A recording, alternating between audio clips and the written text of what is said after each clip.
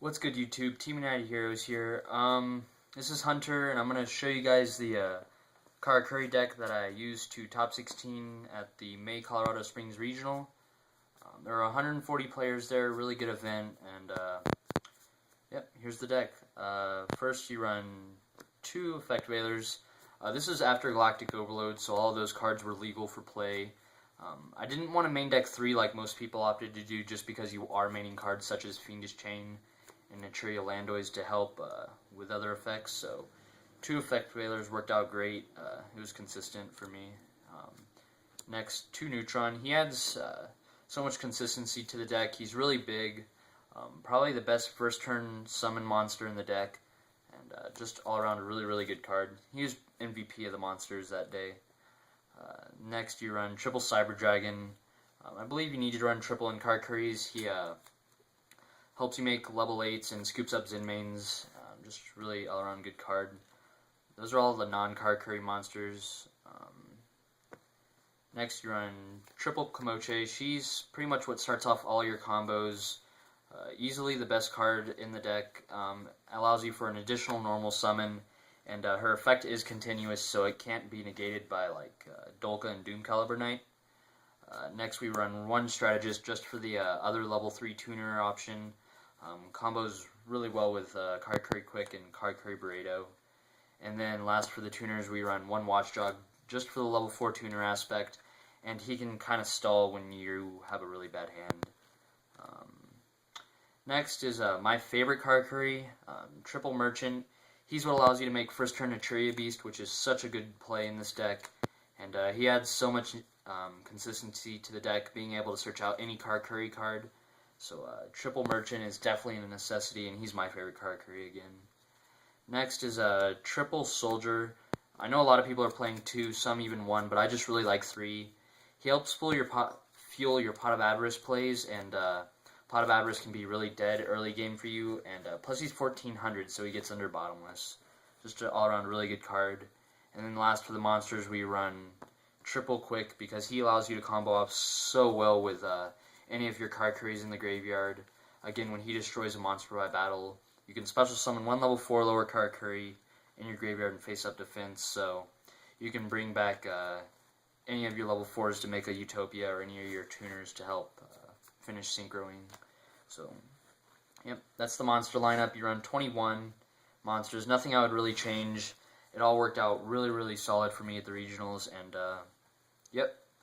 Next on to the spells, you run Monster Reborn, Dark Hole, pretty much staples, Heavy Storm, Book of Moon, and Pot of Avarice. You definitely don't need Pot of Avarice, but it's so good late game when you need to get that +1. Literally every game 2 and 3, I cited out Pot of Avarice, and that's, I think, another reason why I like it so much, is because it's such an easy card to cite out, yet it's so good game 1. And then next, you run the obligatory triple Mystical Space Typhoon. Allows you to safely go off with your plays. Sometimes you are forced to blind MST, and I really don't like that, but you just can't afford to go off with your Komachi plays and have back row. Have your opponent have back row. It's just triple MST is way too good. And then you play double Duality for some added consistency. Again, consistency is really important to the deck, because you need your Komachi in your hand. You need that Fiendish Chain to protect you, and you just need the pieces of the puzzle to come together, and Pot of Duality helps you with that. 10 spells, nothing you really want to change there. If you really don't want to play Pot of Avarice, you don't have to. Next for the traps, you run 1 Solemn Judgment. It's kind of obvious. Same with the double Solemn Warning. Next, we do play Mirror Force. The reason why I still play Mirror Force is because you can protect it with Naturia Beast. It's just really good against Dino Rabbit. Heretics, it worked out really well for me. It's just a card I really like to run when I can bring out Naturia Beast. Next, we run double Safe Zone. The reason why I ran Safe Zone is because I needed a card that acted like the 4th and 5th MST, and I really didn't want to run Forbidden Lance in the deck, just because I never really have liked Forbidden Lance in the deck. So I decided and opted to play Safe Zone. It allows you to set up for plays without fearing of Torrential, Bottomless, cards like that. Your monsters can't be destroyed by battle, And that aspect of Safe Zone helped me win round 4 against Malefics. I'll tell you about that later if I have time. So double Safe Zone, probably the MVP of the trap lineup throughout the whole regionals. And then next we run triple Fiendish Chain, which is my favorite trap card in the game. So good against Insectors, windups.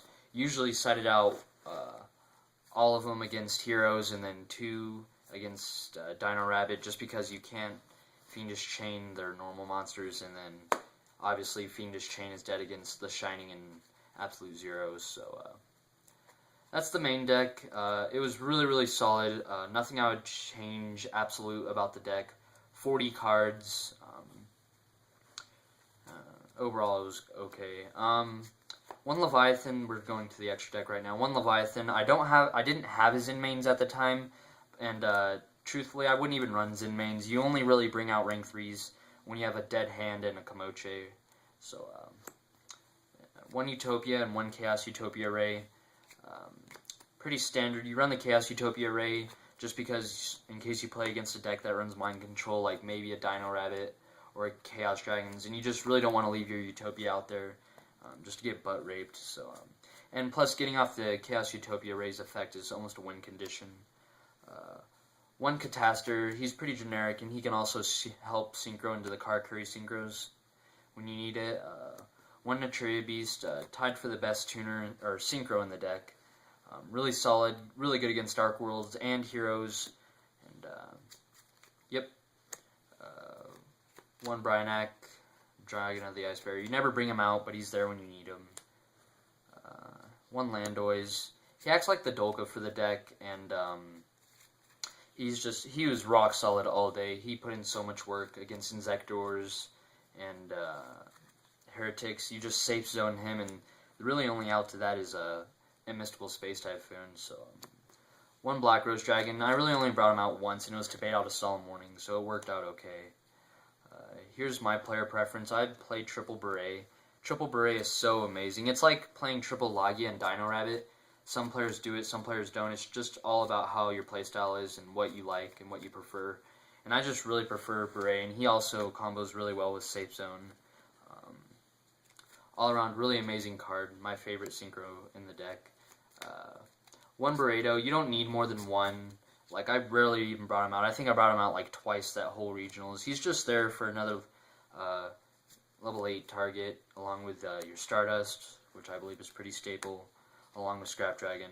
So, there we go. And then we also main deck one Chimera Tech, because again, you play triple Cyber Dragon. And when you top deck a Cyber Dragon against a wind-up player and just scoop up all of their Zin Mighties and their Zin Mains, and for a 4,000 attack beater, it's just really good. Then for the side deck, Double Decree. There was a Chain Burn there, and I didn't play it, thank God. Royal Decree is just, you never know what you're going to play against in a regionals, and a lot of the times Final Countdown and Chain Burn is really popular, so that's why I sided in the Royal Decree. It's also really good against anti-meta and TGs. I also sided in the one Dust Tornado because against decks like Heroes and Dark Worlds, you want to add in some back row removal without siding out all your traps. So ideally, I'm going to take out one of the decrees for an additional Dust Tornado, just because I think Dust Tornado is more versatile. Double Bottomless. I sided this card in so much, but I still like to side deck it, not main deck it. Clutch against Heroes, Dark Worlds, Dino Rabbit, Chaos Dragons. Just so many good matchups you have with Bottomless. I loved siding it. Double D Prison, pretty much the same thing. Chaos Dragons, Dark Worlds, Dino Rabbits, just rogue decks, TGs. It's just really good. And then we also sided in one Compulse, just for more monster removal against like Heroes, Dino Rabbit, not Dark Worlds, because they can just gates their monster. Yeah, pretty much. And then you also sided in Double Smashing Ground, because when you go second against Dino Rabbit and decks similar like that, you side out your Solemn Warning. This is what I do. I side out my Solemn Warning and Solemn Judgment and just put in those three, because you obviously can't Solemn Warning the Rabbit going second, and it's just, it worked for me, so that's why I did it. Next we run Triple DD Crow, sided in against Dark Worlds. Ironically, my only 2 losses, I went 6-2, were to Dark Worlds. And I have so many side cards for Dark Worlds, including Triple DD Crow, and it just didn't work out. But Triple DD Crow is also really good against Insectors and Windups. I like it better than Max C against Windups because you can straight up stop their plays with DD Crow, but with Max C they can continue to push and possibly game you. The 3rd Veiler, it should be pretty staple, running 3 Veilers in a deck, either mained or sided. Dark Worlds, or you don't side this in against Dark Worlds. You actually, obviously, you should side out all your Veilers, but you side that in against Windups and Insectors, and I think that was it. And then I was playing a 14-card side deck at the regionals, so afterwards I just put in Gores. It seemed pretty solid, like it would work. And yeah, that's the deck. You really wouldn't change anything in the side deck. It worked really good for me, but again, you would want to put in a second Dust Tornado. At the regionals and my matchups, I went 6-2. I lost both to Dark Worlds. I actually wrote it down on this piece of paper. Round 1, 2-0 Samurai, 2-0 Heretics, 0-2 Dark Worlds. The kid was really sacky.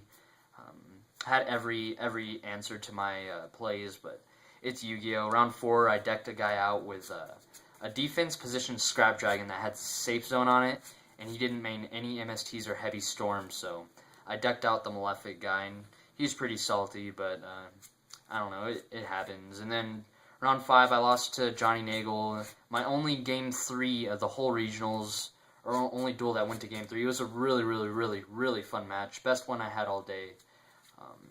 He straight up outplayed me, and I don't have a problem losing when I straight up get outplayed, because you can learn so much from really good players like him, and not dick riding him or anything. He's just a really good player, and I had a fun match with him. And then round 6 through 8, I 2-0'd to my Beast Floater Stun round 6. Another Team Ghost member, I don't know his name, round 7, and then Hero Beat round 8. Overall, it was a really good event. Had tons of fun. Here's some of the notes I took. People I'd like to shout out, Superman and his wife Pickles are our team leaders.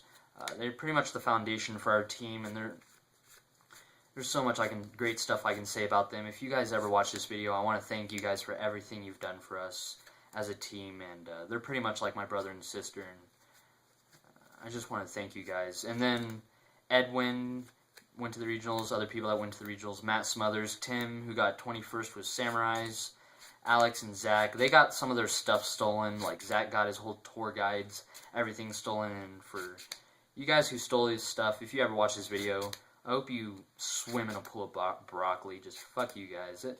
Seriously, guys, don't steal stuff. Sorry for the rant, but anyways, Robert, he did really good first regionals running Chaos Dragons. Remington, he's my other teammate who plays Karakuris. We talk a lot about the deck.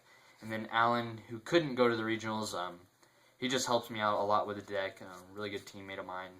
And yeah, I just wanted to thank everybody on my team for supporting me. It was a fun regionals, and yeah, I hope you guys subscribe. Hope you like this video, favorite it, do all that stuff. Team United Heroes out.